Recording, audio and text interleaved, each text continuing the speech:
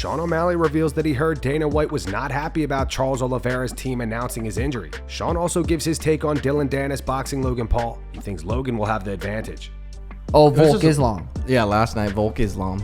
Well, yeah, Charles was out. And Dana was pissed because Charles's team leaked it. Oh. Someone on Charles's team. That's gonna, dude. I'm so worried Tim's gonna do some stupid like that. I tell him not to say and he says he's like, dude, I'm like, dude, look, don't say But yeah, someone on Charles' team announced it and before Dana was able to talk to the UAE and tell him what was going down, supposedly. Wow. So Dana was pissed. But Volkanovski's just carrying his nutsack from wherever he's at all the way over to Abu Dhabi. What we do got coming up, though, this weekend, Dillon Danis versus Logan Paul. Dillon Danis is doing jiu-jitsu for his open workout. I thought that was pretty funny. Off the top ropes, too. You see him jump off the top ropes and like body slam this guy. Damn, that's risky. Yeah, it was. Dillon looks like he's having fun. I think this fight's going to be tougher than Dillon thinks. And it's only 6 rounds, dude. That is not a long time to... I mean, it's just 6 rounds. Logan's going to be a big, athletic, strong, quick. With a little bit of hate behind the punch. Do you think having this whole conflict's going to help or hurt Logan? Like, it depends if he shows up. If he comes in there calm, it will benefit him. If he comes in there raging, I don't think it'll benefit him. Dillon Danis versus dude, it's so hard for me to predict these things. Do you think we're gonna get maybe predict the outcome? I think Logan's gonna get the job. I don't know, dude. You just don't know how good Dillon Danis is. I mean, Logan, I at least watched him box Floyd. Yeah. I was like, okay, he's quick. Daniel Cormier isn't sure if Conor McGregor should headline UFC 300.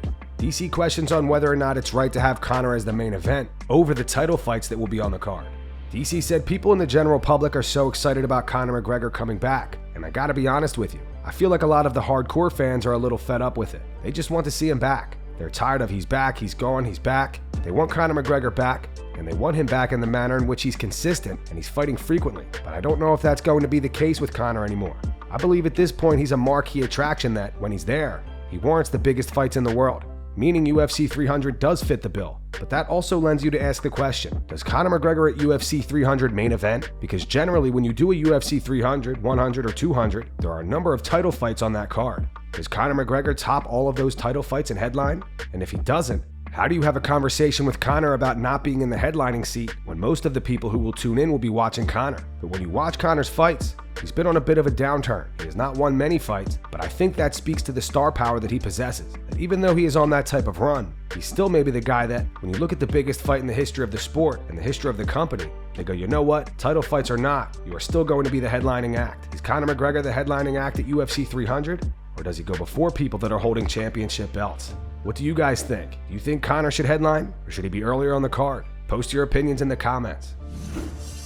Merab Dvalishvili sent a video message to Henry Cejudo last night. Merab posted this to his Twitter. He said, "Hey Henry Cejudo, first of all, put respect on my name. There is no contract. What should I sign? Since Sean O'Malley doesn't want the smoke of a real contender, and the UFC gives their boy what he wants, I will fight you. I'm not sitting around waiting. I'm here and ready to go."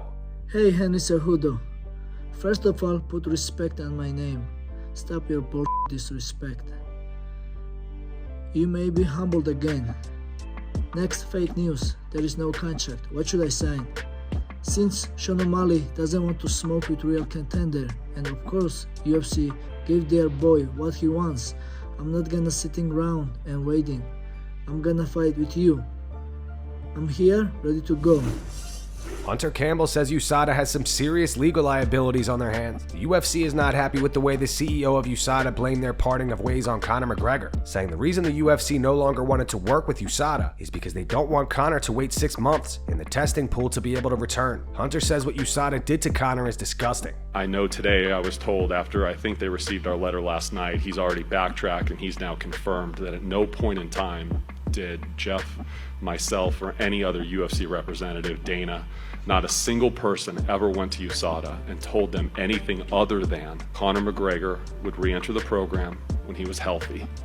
And in doing so, we would require him to be in the program for 6 months. There would be no exception to the rule, and what I said to Travis on multiple occasions, including the call on Monday, was there would never be a situation where Conor would fight until he'd been in the program for 6 months, and my words were, I don't give a shit if he has 37 clean tests. This was one of those cases where Conor was the most tested athlete in the UFC before he catastrophically shattered his leg. The conversations I had with Conor and his physician when that occurred had nothing to do with fighting. They were legitimately concerned that he wasn't going to regain full use of his leg ever again, including the ligaments around it. And I'll say it one last time, what they've done to him is disgusting. And for an entity that holds themselves out to have a level of honor and integrity, using him as a media vehicle to advance a fake narrative is disturbing, disgusting, and I think they have some legitimate legal liability that they should be very concerned with. There was a bunch more drama regarding Dillon Danis and Logan Paul today. Dillon claimed their fight was off earlier because he believed Logan missed weight. Dillon tweeted at Logan saying, "Fight's off, you missed weight." He went into detail saying the commission's rules state that weigh-ins are between 10 and 11. If you missed the 11 o'clock deadline, you've missed weight. I weighed in at 10:15, but Logan still hasn't. The commission said that if he doesn't arrive by 11 a.m. deadline, the fight is off. He missed the weight, but then called misfits and changed the rules to give himself an extra hour.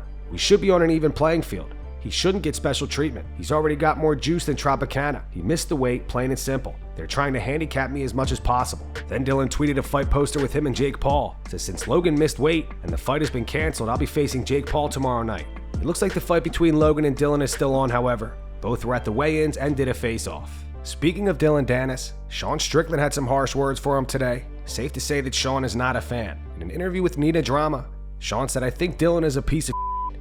That guy, he's somebody I'd like to f***ing kill. That would be so fun, actually. That would be really nice. How nice would that be to take that man's life? Sorry guys, I'm a little emotional right now. My eyes are crying. I would love to kill him. It'd be so nice. I want him dead.